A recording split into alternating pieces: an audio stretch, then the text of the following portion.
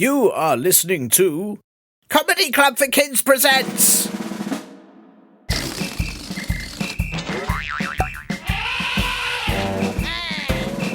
Radio Nonsense, Radio Nonsense, Radio Nonsense, Radio Nonsense, Radio Nonsense. Hello and welcome to Radio Nonsense, the official Comedy Club for Kids podcast suitable for all ages from 2 and everything in between. I'm Tiernan, and this week, I'm afraid, listeners, I'm really sorry, but I'm going to have to use my clinch poop voice. I'm sorry. I mean grown-up voice. I know it might shock many of you to know that I have one of those, even though I am indeed a grown-up. I usually try my best to not use my grown-up voice at all in case it confuses people and makes them think I'm saying absolutely nothing worth listening to. That I'm about to tell you to do lots of things you don't want to, or worse, I might tell you all how some relative is doing even though you've never met them and you aren't really sure they even exist, so you definitely don't care if they've got a mortgage or a new job or how their garden is. I'm not sure I could manage that. No one would listen to this show if I did that. I've tried to describe gardens before. I'm not very good at it, to be honest. Oh, yes, this garden is clearly disgruntled. Oh, your garden is wonderfully wobbly, and I think you've done a great job at making sure there's no zombies in it. Those aren't really things anyone wants to hear. They want to hear, oh, what lovely tulips, or you must have really green fingers, which might also mean you're a zombie. It's very confusing. Anyway, I bet all your clinch poops, grown-ups, I bet they have a grown-up voice too. You just get one for free when you're all grown up. Linda, do you have a grown-up voice, Linda? I'm not even sure Linda has a voice at all. Where is Linda? Who is Linda? Why, oh why is Linda? No, grown-ups get sent a small box when they become a grown-up, this is true, containing a list of voices that they might need for different situations. So mine contained my grown-up voice, which I'm afraid you are going to hear in a minute. I'm very sorry about that. But then I've also got my professional voice for important business things, like when I'm on the phone, I have to say, buy, sell. Now, what have you got? What do you mean nothing, because you've sold everything you bought? I wanted a chocolate. Go back in there and buy it again. You know, things like that. That's my professional voice. And then I've got my apology voice, which is like this. I am so sorry. I absolutely didn't mean to eat your cat, and I promise I won't do it again. Then I have a special voice that I use when I'm somewhere fancy, like this. Yes, I would like to order the diamond on flambe and the ostrich parfait, please, with an extra topping of gold clogs. I've never actually been anywhere that fancy, but if I had been, that's what I'd say. And then I've also got this voice. No, thank you, I got enough weasels for today, pleases. And I've got this one.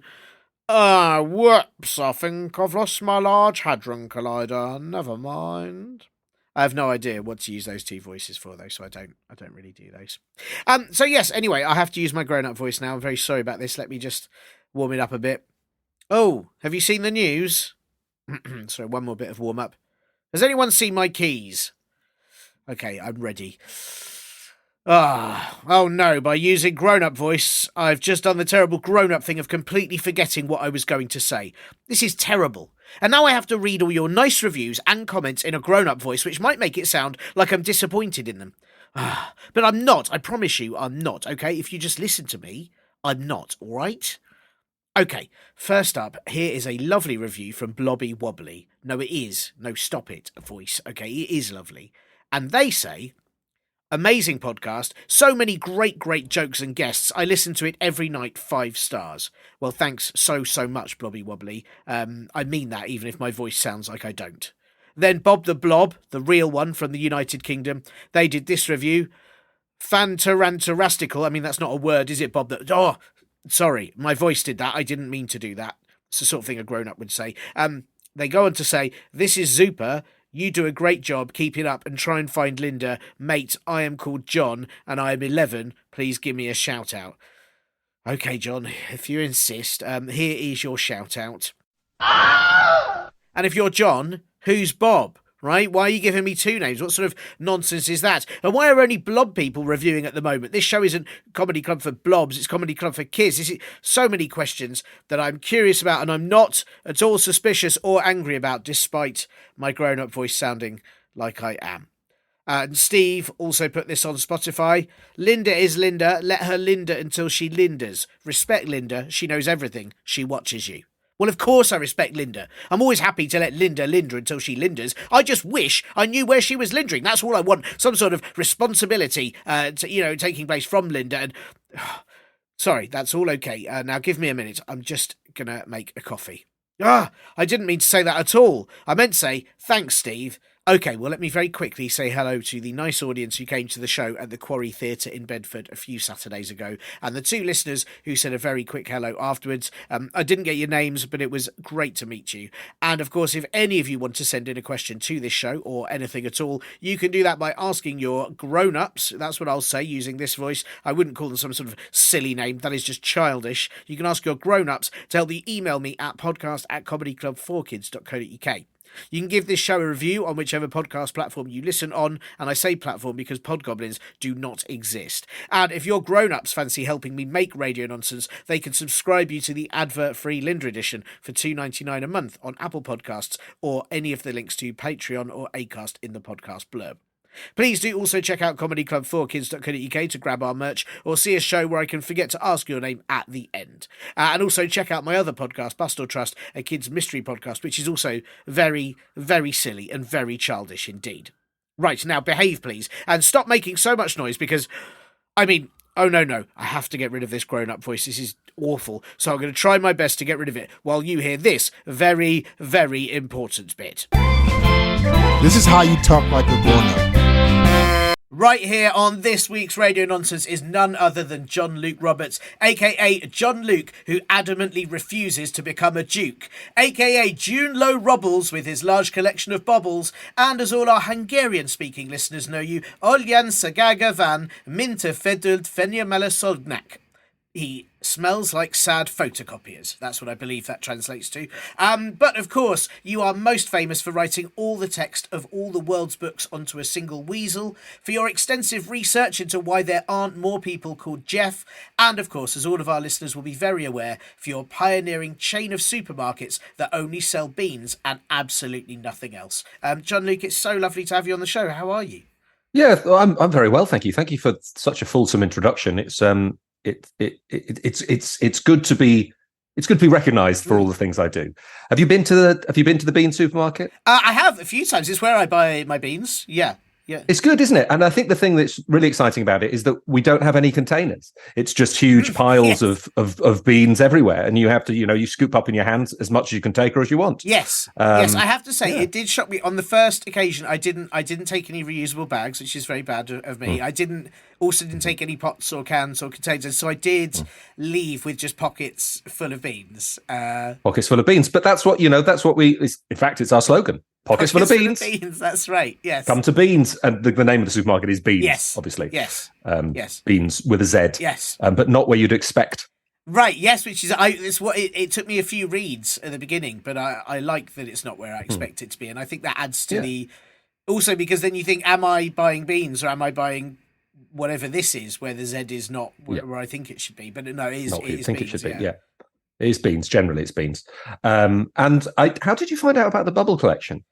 Well, it's just, I just extensively research all my guests. It is something I know. I hope you didn't find it intrusive. I know it's obviously something that's more personal to you. I'm delighted to talk about it. It's unfortunately recently we've had a I opened the storage unit where I keep all the bubbles.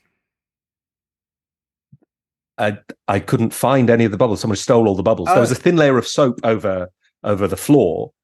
That was the only clue I had to the bubbles being gone, but there's no bubbles left, so it's quite sad at the moment. That is very sad. I'm very sorry to hear. I mean, I hope that the soap might help you trace. I'm guessing it's a very clean burglar that took them. That must be what it is. Yeah, the burglar was very, very clean, came in, took the bubbles, left his soapy residue all over the place from being so clean, from cleaning so much. Yes.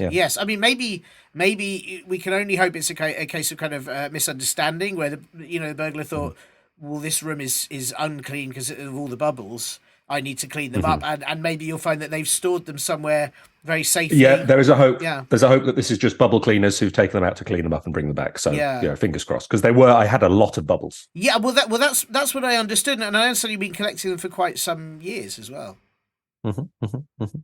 Since my 8th birthday. Wow. Yeah, I got my first bubble then. Right. And I put it in a little matchbox because it was a very little bubble, and the collection just grew from there. That's lovely. That's a lovely memory to have. And I'm guessing was that one in the collection that sadly, because that must be quite. No, I've kept that. I've kept that separate. Oh, that's on my shelf at home at all times. That's good. That's good. It's important. It's lucky because these things can be quite. What people don't understand when you lose things like this, that it's not only sad because you've lost them, but there's there's a lot of memories there as well, a lot of personal feelings, and I'm glad that you've kept the one that meant the most to you. Thank you. Yeah. And were they all bubbles that you sort of made yourself, or were they all, or were some from bars? Oh, mixture of bubbles. Cooking. A lot I'd made. Some every now and then you go along the street and there's there's a person there with a big like bubble making string thing. I've stolen some bubbles from that. I'm steal is a strong word. Sure. I did put 50p in the hat. Okay, that's so. I suppose I bought a bubble, right? I bought a bubble, right? I bought a massive bubble, and I sort of blew that home, just wafting it along in front of me. So that's they're not all. I didn't make all the bubbles, but I do feel that I've put work into all of them. That's good. I'm pleased you clarified that, because I was worried when you said you stole a bubble. I was wondering, did this person just take them back? Is that where they've now gone? Oh, you mean right? But yes, I see. If you paid for I don't. That shouldn't be the case. I think. Yeah. I did pay for it. The problem is, I did, as I paid for it, go, I'm taking this bubble. So I don't know if he saw the coin.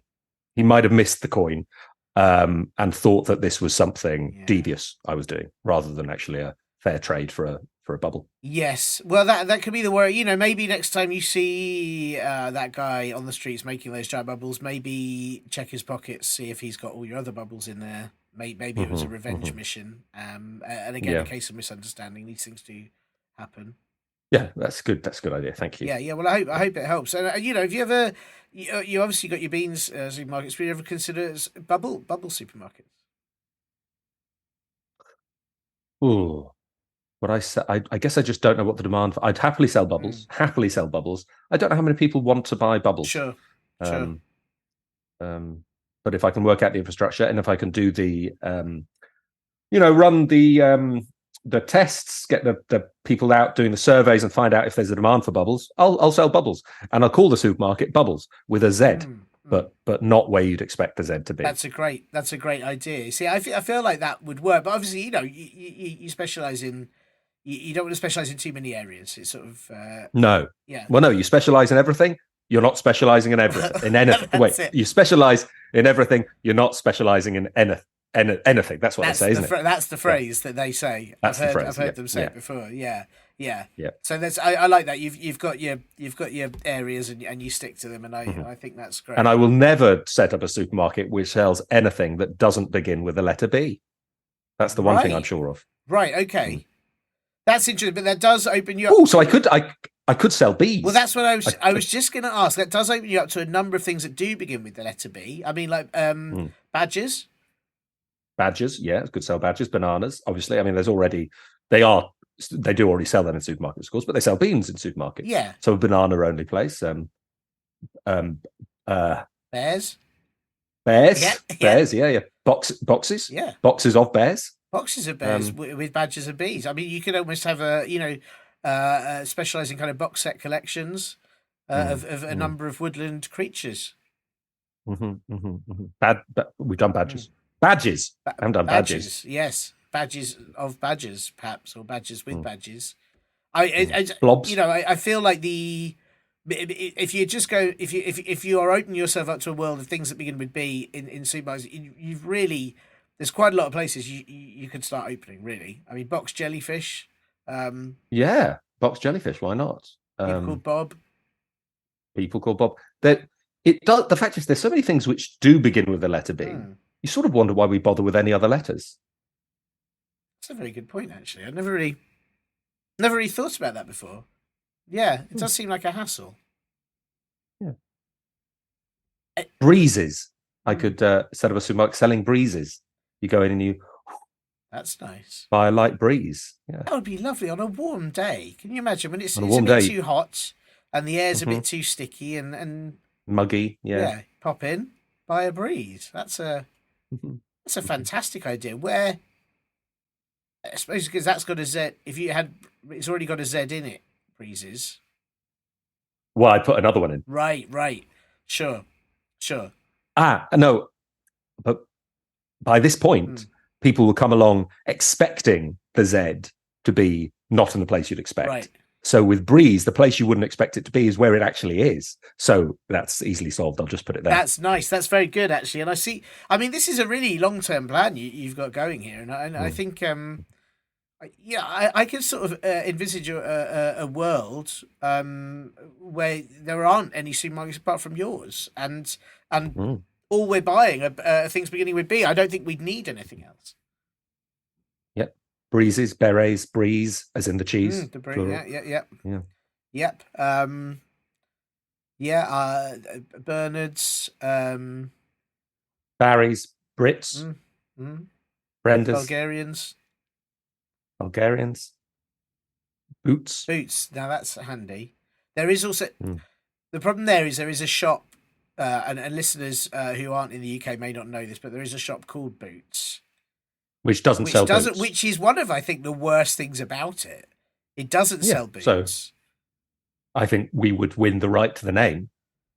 Well, that's what I was going to ask is, would you go for Boots or would you call it something else so that people come in expecting to buy something else, but then it's just full of Boots as a sort of reverse Boots the shop, which is called Boots but doesn't sell boots? Oh, so call it pharmaceutical products. Yes, but it... And sell boots. Yeah, that makes sense. Yeah. But you'd have to... But then it wouldn't begin with B, so would you have to call it pharmaceutical products? Yes. I'd call it that, yes. Pharmaceutical products. Yeah. Yes, I think that makes... This feels like a foolproof plan to me. I think lots of people would come in expecting to buy pharmaceutical products and then be very pleased that they can get a size 8 sort of knee-high sturdy boot.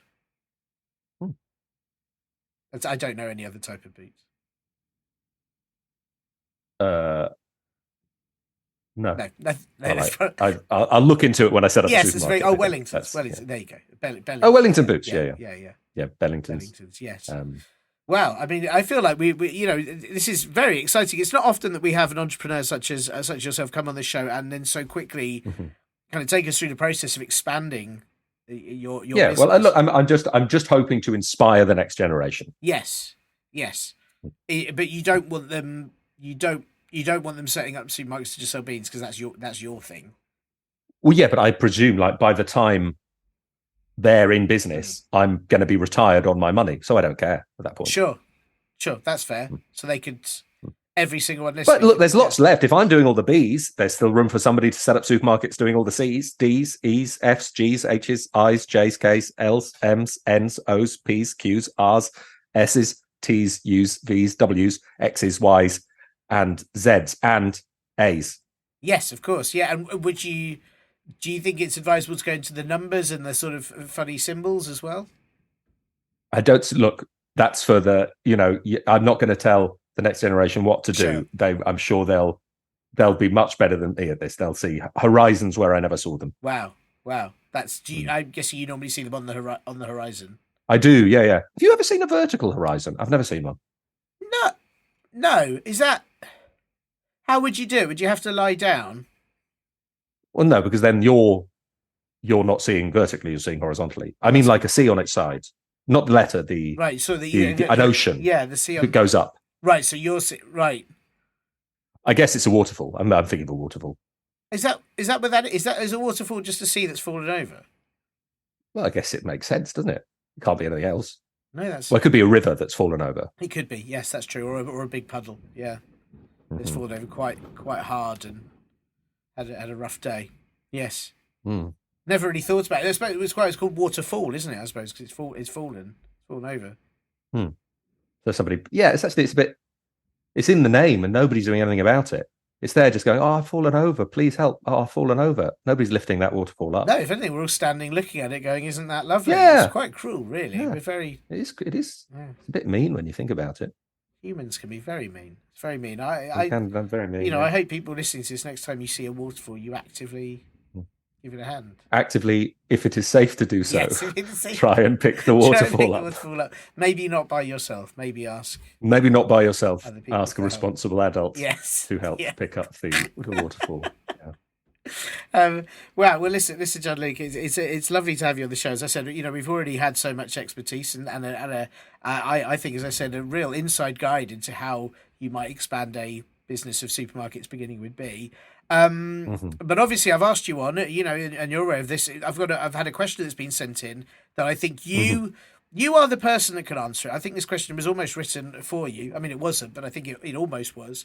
But before we get there, this show's got some admin. I hope you're all right with a little bit of admin. Great. Absolutely fine with that. Good. Love admin. Oh, good. Well, hopefully you'll enjoy this. I mean, hopefully you won't enjoy this more than the actual question.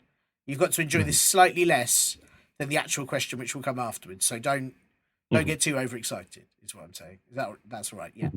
The first bit of admin is that this is, which I hope you're aware of, but this is an audio podcast, so most of our listeners do tune in to hear it with their ears, but they may also listen with their elbows, their bums. We don't discriminate. However they want to tune in, it's welcome. And I just wondered if you had a favourite noise that you could either make for us or at least tell us about. I like the noise of a ruler twanging on a desk as you move the ruler, like a plastic ruler or just any kind of slightly bendy ruler. The that's the noise I like most, and I think that beatboxers should use it more. That's a great idea. Would that require beatboxers to carry a small table and a ruler with them wherever they went? Well, no, because you can, if you have a sturdy enough tongue, you can do it with your tongue. You just pull your tongue out till it's ruler length, right?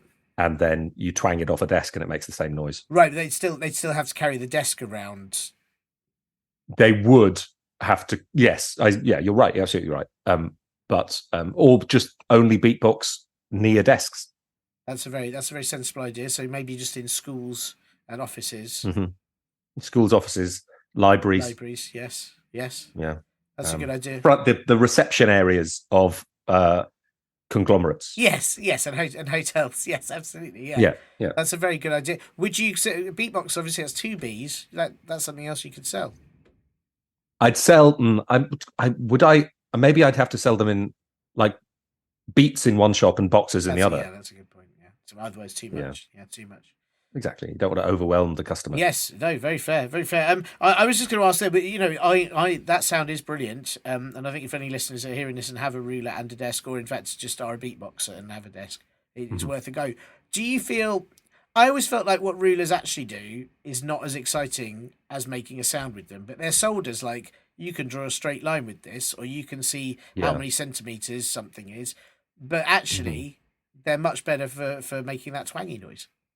So they should be sold as noisemakers, which also can measure things. Yeah, don't you think? Yeah, I think that's a perfectly good idea. Yeah, it's a much more enjoyable use, and I think it'd be much more fun at school if teachers said, "Okay, class, get your rulers out," and then it's because it's for a music lesson. Yeah, that's much nicer. Yeah, I think it's a much better idea, and you can find out what length different noises are. Yes. In centimeters or inches or whatever measurement system you use. It's a very good idea, and that would be very useful information, I think, for a lot of people. A C sharp, for instance, is 5 centimeters long. Wow, that's quite sharp. Yeah, that makes. But a D sharp, what do you think a D sharp is? It's sort of is it sharper, not it's lower, but it's. I'm wondering if it's longer because it's slightly lower notes. So would it be like 5.5 or 6 centimeters long? It's 5.5 centimeters. Wow! Absolutely Wow! Right. I feel very. Wow! I feel quite pleased with myself getting that. Yeah, that's impressive. Yeah. Wow. I was going to ask, are we talking shatterproof rulers here? I don't know if you've ever had a ruler that has shattered and caused injuries. The thing is, I've had shatterproof rulers, which has led me at the time to think, right, there must have because pretty much every ruler I've had has said shatterproof on it, every plastic ruler, there must have been a time before that when there was a real problem with rulers shattering. I believe so. The rulers were shattering all over the place. Thousands. And then along comes the Shatterproof Ruler Company with this incredible solution. But the Shatterproof rulers can, of course, snap. Yes, they're not snap-proof, yes. But I think it was the shattering that caused thousands to die every time someone, get your rulers out and then just these shatterproof rulers with fire everywhere. And, I think it's been a real lifesaver, actually. It's been a great move. It's added 15 years onto the average lifespan. Yes, it absolutely has. In the Western world. Yeah, which you can then measure with one of the rulers to prove it as well. So I'm sure that's that's how it works. Yeah, but of course, make sure you're using a shatterproof ruler or safety first. Wow. Well, thank you. It's a great noise. I agree. I like that noise a lot. It's a very good noise. I've got another bit of admin for you. I hope that's all right. And that is simply that this is a family-friendly podcast. It's suitable for people of all ages, any age you can possibly imagine. I don't know if you can imagine an age. 92? Yeah, it's absolutely fine for 92. Perfect for 92. Right, okay, great. Not 100, long story, but every other age, apart from 100, it's great for. Even sort of minus ages and imaginary. So 101 is fine? 101 is absolutely fine. 99 fine. Imaginary ages, like the square root of -1? Yeah, totally. If you are that old and listening, this is for you. It's great. We try to cater our content for all those ages. So on that note, I just sort of wanted to check if there are any rude words that you won't be saying, so this remains safe for everyone's ears. Oh, I won't be saying spattle. Oh, good. Thank you. Yeah. No, that's great. Thank you for not saying spattle. Can I check? Could spattles be said or? I feel like once you've said spattles, you've said spattle. It's in the middle. Okay. It's in the middle, so I won't be saying spattles either. So it doesn't lessen it by having more of them. It's not like diluting it. No, I don't think so. Okay. But just to be safe, I'll stay away from spattles as well as spattle. That's great. It's good. I'm very aware spattle is a word that we shouldn't ever have on this podcast, and I've sort of read guidelines about it before. So I appreciate you not saying. I just wasn't aware of the plural. I didn't know what happened if there was more than one spattle, and if that made it any safer. And as I say, I haven't done the research. Sure, no, I'm not going to do the research. I'll be honest. I'm trusting your word on it entirely. So. Great. Well, thank you. Thank you for not saying spattle. I definitely wouldn't say it on this podcast, and hopefully that'll make it a safe listen for everyone tuning in. Now, of course, the main question that we've got for you here. This is it's a big question, and it's been sent in by Lois, which I think is Lois. Hello, Lois. Lois. So Lois, or it could be Lois, or Lois. I'm not sure. Or just it could be just Lois. Could be Lois. Yes, which is it's a very nice. But the traditional pronunciation, I think, is Lois. Right. Sure. Yeah. It's an anagram of soil. Yes, it is. It is. Do you think this is soil writing in or under a pseudonym, a fake name? Yeah. I don't know. There's no way of knowing. It's very hard to tell. Yeah, I don't know. I mean, obviously, they're very, very welcome. It's not sort of an anti-soil podcast. You'd be No. But if it is soil, then I also think, wow, soil's doing well, being able to string together words. I hope that's not patronising. No. But I'm genuinely impressed that soil has evolved to that point. Yeah, I mean, it's obviously very sort of good soil. It's obviously had good weather, and it's done all right. It can't be too dry. I thought probably quite hard for soil to write. It's too dry, but maybe with the help of some earthworms, it's a lot to think about. Lois or soil says they are 10 farting gorillas old. I'm not sure if you know your farting gorilla. I think that's about 47. Oh, right. Okay. I think I'm not sure. I get a bit confused with these, but I think so. And they have asked. This is a big question, so I hope you're ready for this, John Luke. They have asked. My question is, why do annoying grown-ups not fill your entire plate at lunchtime? It's an interesting question. It's very interesting, yeah. One suggestion I put forward is that if you do fill the plate up too much or completely, you can't see the plate at all. Great. And so you don't know that you're eating off the plate. You could be eating off anything then. You could be eating off something dangerous like a shark, or something. You could be eating off someone's face, which would be very rude.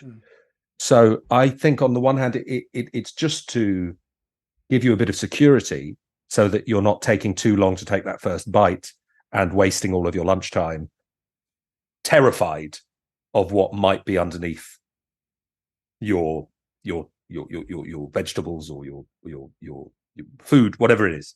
I think that's one suggestion I would put forward. That's very sensible. It's a safety regulation, which is something I've not really safety regulation. About. That's very. I mean, Lois or Soil doesn't say fill up with what. No, that's true. That's true. We're assuming it's at lunchtime, but it could be gravel. Could be gravel. Could be gravel. In which case, you should be quite pleased. Yeah. Really. At not having to eat a whole plate full of gravel, but just a bit of it. I think that would, for me, I'd be like, oh, thank you. Yeah. Thank you. Now I don't have to eat a plate full of gravel. Yeah. Even and if it's Soil writing in, also wouldn't want to eat gravel. It's not particularly great to have. Well, for Soil, that would be like eating a friend. Yeah, it would be terrible. Absolutely terrible. Yeah. The answer might be in the question, of course, asking why do annoying grown-ups? Well, it's probably to annoy you, isn't it? Yes, that's a very good point, isn't it? Yeah, that's a very good point. They're doing it on purpose to annoy you. They are annoying after all. Well, it's called Occam's razor. The simplest explanation is probably the correct one. That's very clever. Yeah, because I think there is nothing more annoying than saying, like, for example, would you like some rice? How hungry are you? And if they say I'm not that hungry, then you give them one rice or two rice. That is, I think, one of the most annoying things you could do. I think minimum has got to be three rice. Yeah. Well, yeah. I think you can't. I mean, but that is. I think that is unbelievably annoying. I think if you did that, you are being. That would be very annoying. Yeah. You know what else would be annoying? It would be to give you a perfectly decent portion of rice, but to count it out grain by grain onto the plate. It would take so long. Takes so long, 1, 2, 3, 4. It goes on and on.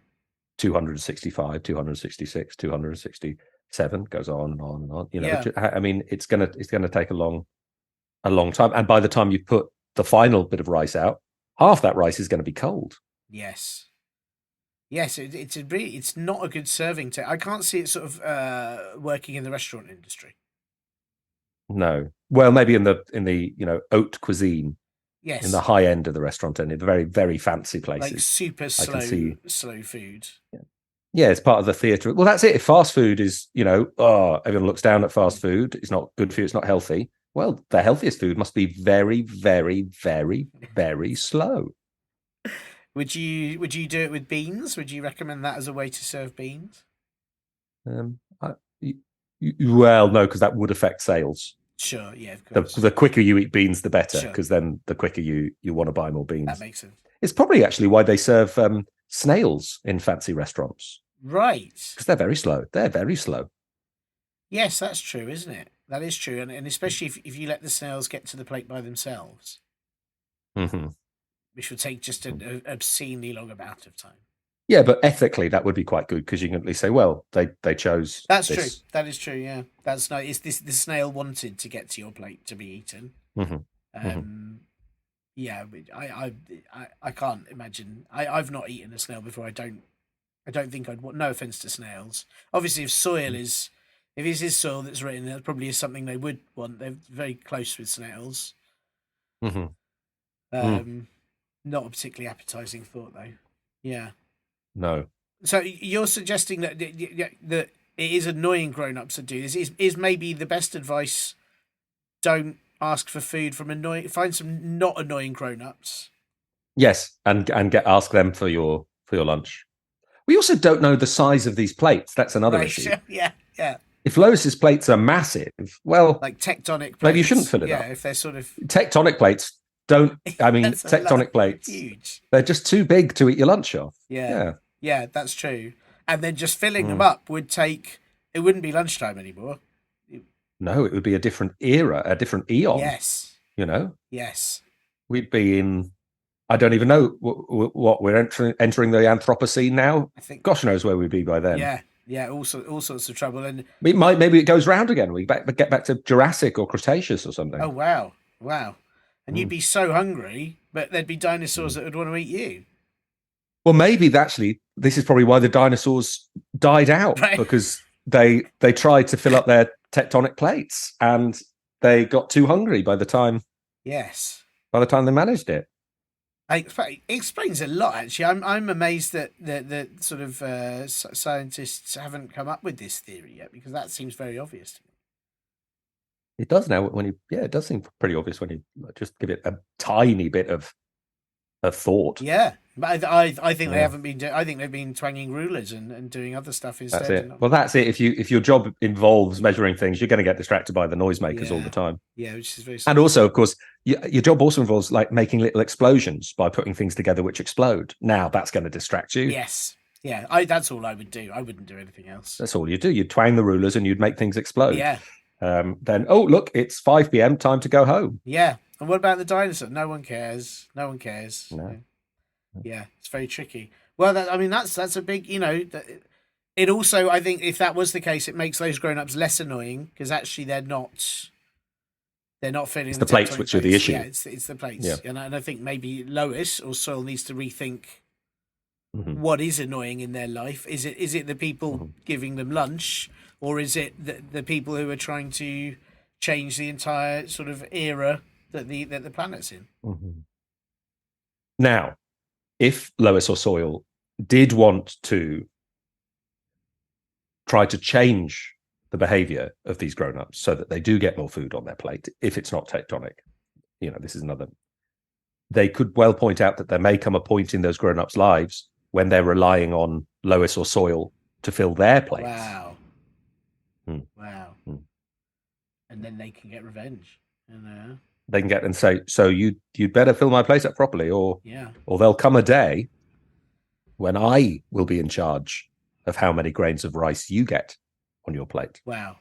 That's big. That's big. And it's something to read. I hope Lois thinks about that. I mean, I also hope that, Lois is aware that it may be a safety issue, and that when it comes to their time, that maybe they don't cover the plate in case it is a face or a shark. I hope they take. There's a lot to. There's a lot to take into consideration. It feels like a straightforward question, but when it comes down to it, there's a lot of responsibility on behalf of those people who are filling the plates. They've got to think a lot of things through when they're putting it. And I'm starting to feel like maybe they're not as annoying as Lois thinks.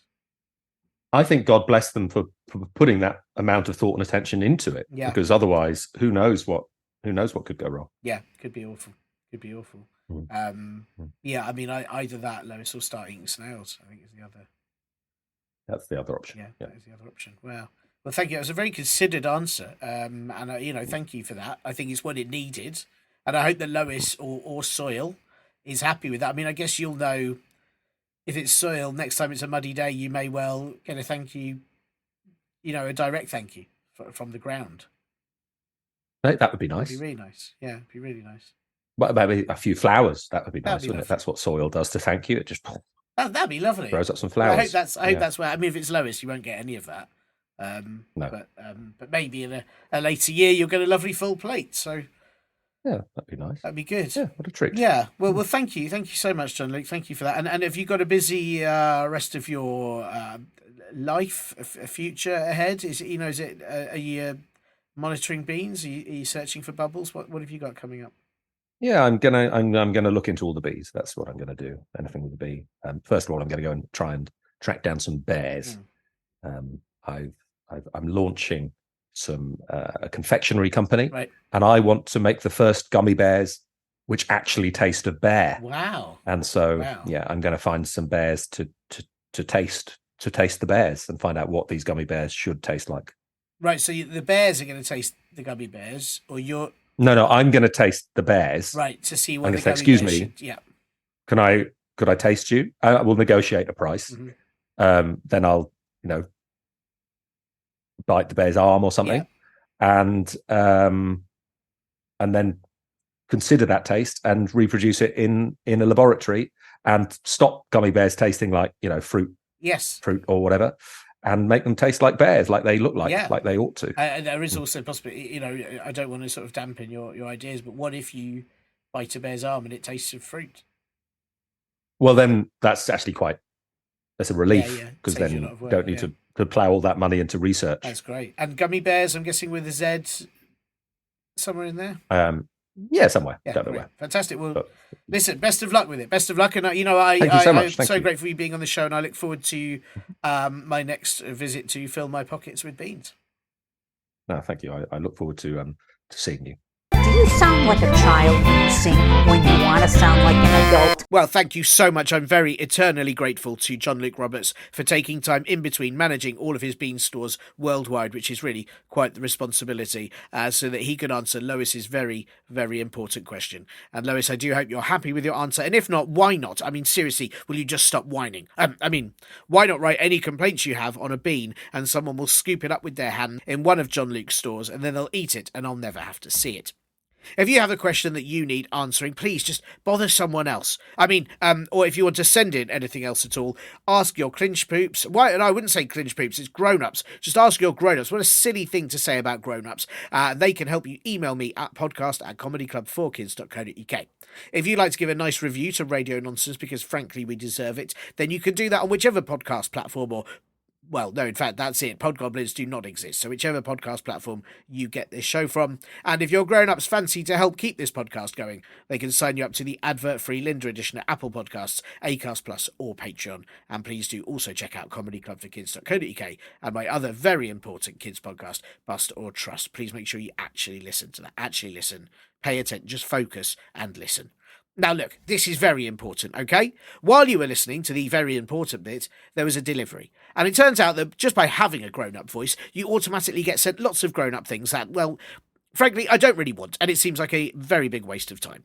There's 6 boxes of graph paper. One of the stinky hippos got squished under a delivery of different screws, nails, nuts and bolts. I have no idea what any of them for, but they're here now, so I guess I just have to deal with it. And that's just the beginning. I've now got 14 pairs of very sensible shoes, 16 bags of 600 tea bags each, and 4 vacuum cleaners. I mean, what am I going to do with all that? What do you expect me to do with all of that? And how do I get rid of this grown-up voice? Because it's really driving me bananas having to say things in this way. Hang on. If I get stuff delivered to me being a grown-up, then maybe, just maybe, I can get stuff sent away. Okay, let me try.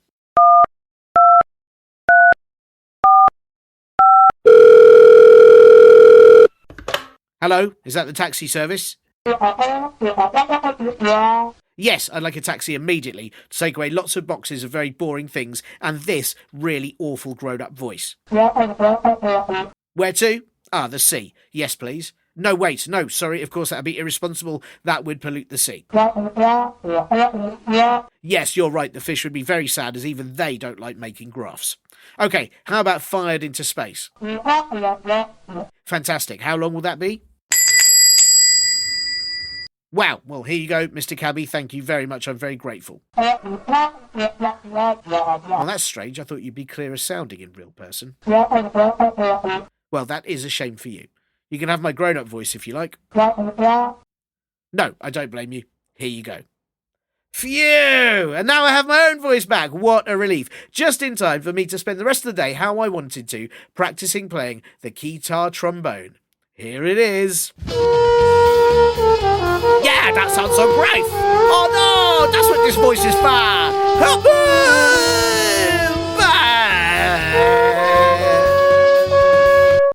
You have been listening to Comedy Club for Kids Presents.